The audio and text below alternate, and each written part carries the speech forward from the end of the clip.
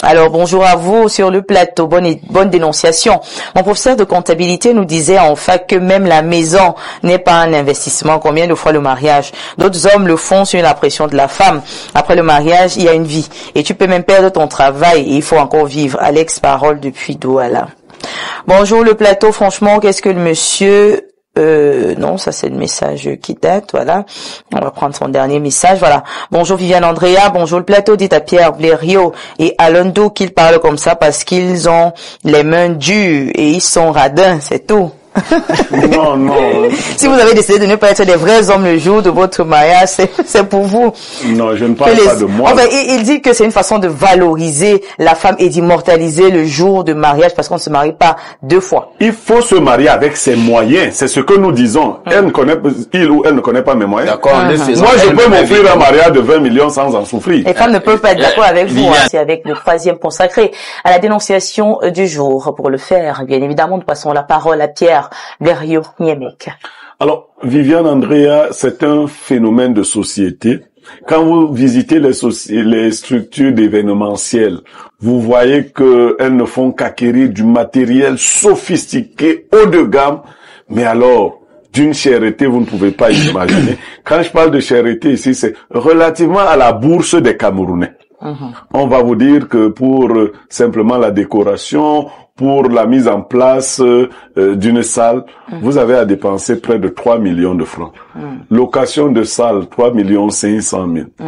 Nous voyons donc des Camerounais qui, dans le désir de paraître, vont s'endetter pour célébrer leurs cérémonies, notamment les cérémonies de mariage. J'ai eu plein de cas de personnes qui, aujourd'hui, sont en difficulté financière parce qu'elles ont voulu faire des mariages pompeux. Avec tout ce que vous pouvez imaginer. Et tous ces artifices qui ne font que s'ajouter, vous imaginez. Et après, on est en difficulté dans la vie de couple. Nous dénonçons le fait que les gens veuillent faire des cérémonies pour éblouir, mais des cérémonies qui ne répondent pas à leurs revenus objectifs. Ils vont jusqu'à s'endetter, que ce soit dans les banques, et ceux qui n'ont pas la possibilité de s'endetter dans les banques, s'endetter dans les tontines, s'endetter chez des usuriers pour se marier. Est-ce que la cérémonie de mariage est un investissement qui rapporte de l'argent? Pourquoi en est-on arrivé là?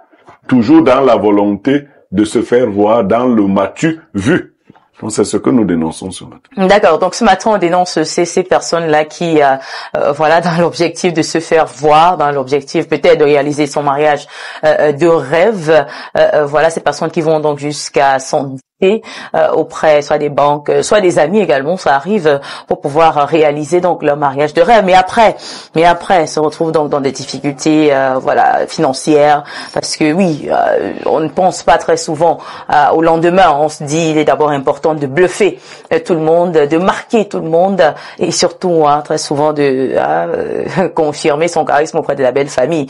Cela peut donc nous mener à des situations tristes par la suite. Alors, chers panélistes, c'est un problème réel quand même que vivent beaucoup de citoyens camerounais, surtout les jeunes qui veulent toujours paraître au lieu de vivre voilà à leur niveau, voilà, avec les moyens que vous avez. Parce que quand vous avez donc fini de réaliser votre mariage de rêve, vous êtes heureux, d'accord, vous avez de belles photos, ok, vous pouvez faire des posts sur les réseaux sociaux, super, tout le monde en parle, vous passez même à la télé parce qu'aujourd'hui il y a même des concurrences sur les réseaux, on essaye de voir qui a eu le meilleur mariage de l'année. Est-ce que ce n'est pas aussi à cause des attentes des uns et des autres, l'entourage qui nous met une certaine pression, et puis même le coût, c'est-à-dire la salle coûte cher, le buffet coûte cher, la boisson coûte cher, quand on voit la dot encore c'est autre chose.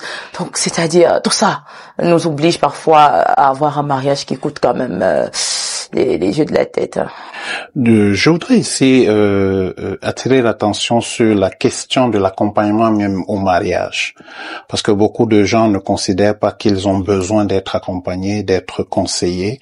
Et je tire ici l'alarme dans une société qui en fait où les gens sont en train d'avoir des comportements déviants, n'est-ce pas, les uns et les autres se font la concurrence sur des questions du m'as-tu vu.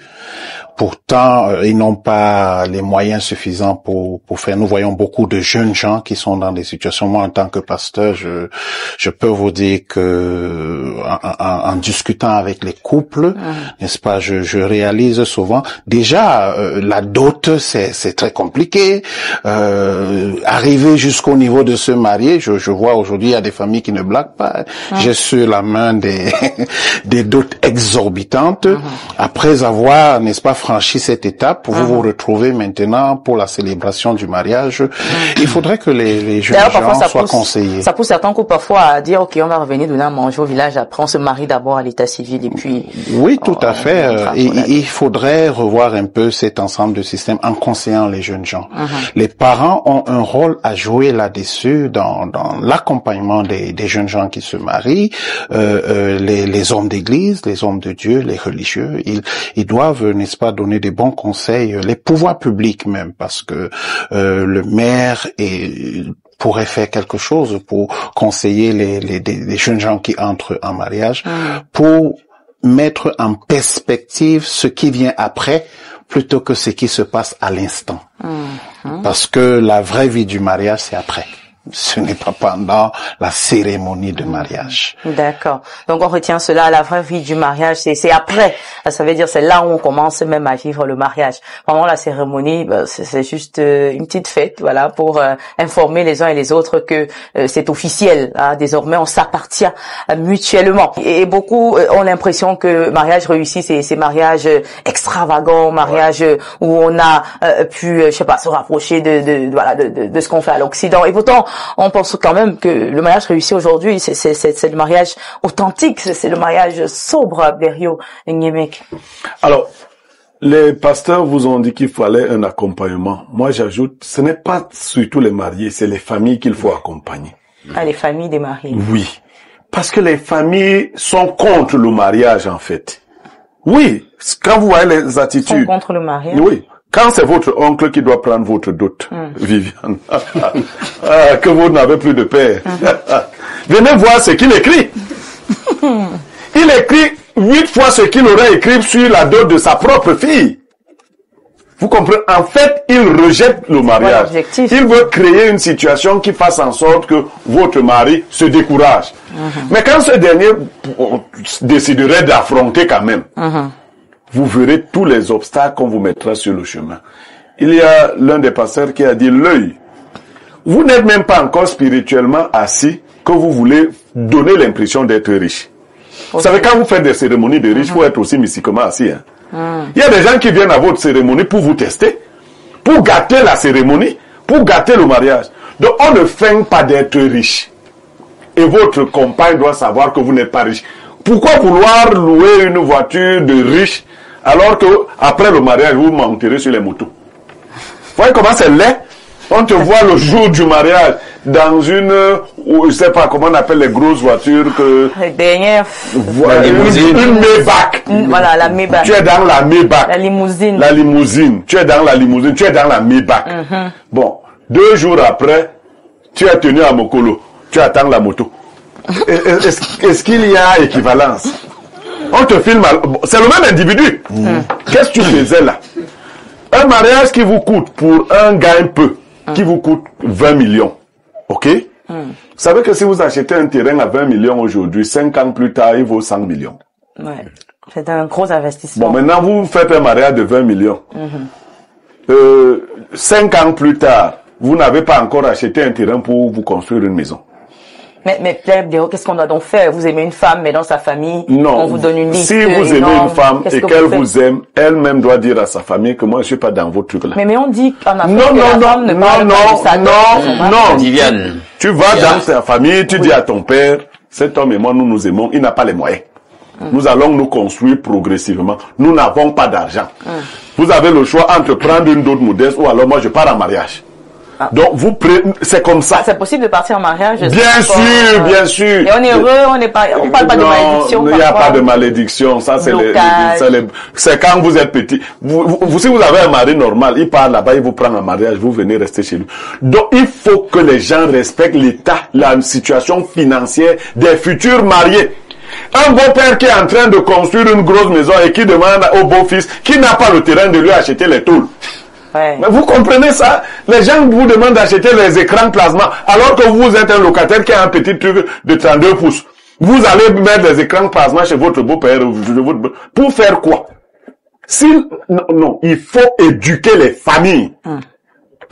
Et maintenant les amis, vous n'êtes pas obligé d'inviter tout le monde, vous savez. Invitez les gens en nombre que vous pouvez gérer. Vous comprenez? N'invitez pas les gens juste pour le plaisir. Celui qui se fâche, tu dis, mon frère, on va se rattraper. Vous voyez, même à mon anniversaire, là, j'ai pas invité tout le monde. Alors que, le fameux message. Si tu n'as pas eu le message, tu ne viens pas. Donc, on va se rattraper et la cérémonie est déjà passée. Exactement. On ne se rattrape jamais. Donc, on ne se rattrape jamais. Oui, tu prends un nombre réduit. D'accord. Tu les gères normalement et sobrement. Tu passes à autre chose.